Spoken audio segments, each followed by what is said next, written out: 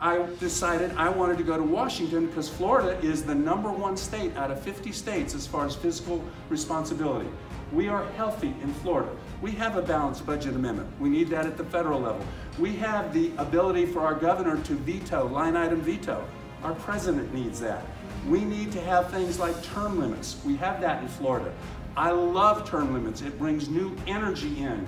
Those people who say that it empowers lobbyists or empowers staff, they just don't have the guts to have an elected official who will stand up to us. The reason I feel like I'm the guy to represent us is I'm no different than all of you. You've got somebody talking about a local issue over there. You know your local people, who you like and who you don't like. I'm telling you that there are 435 members of the House of Representatives.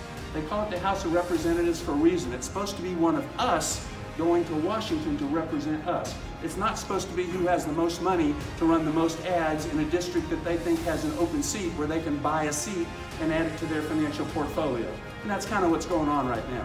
So that's kind of who I am. What do I want to accomplish in Washington? Well, number one, I love how President Trump talks about MAGA. Make America Great Again. But I used to talk about restoring the Judeo-Christian values upon which our country was founded. That was the #1 thing I felt we needed to do, because our children don't understand that this is the only country in the world where we say our rights come from our Creator God, not from government. Okay? That's restoring our values, teaching our children. President Trump says it better. He talks about reviving the American spirit. Make America Great Again. I love how he says it.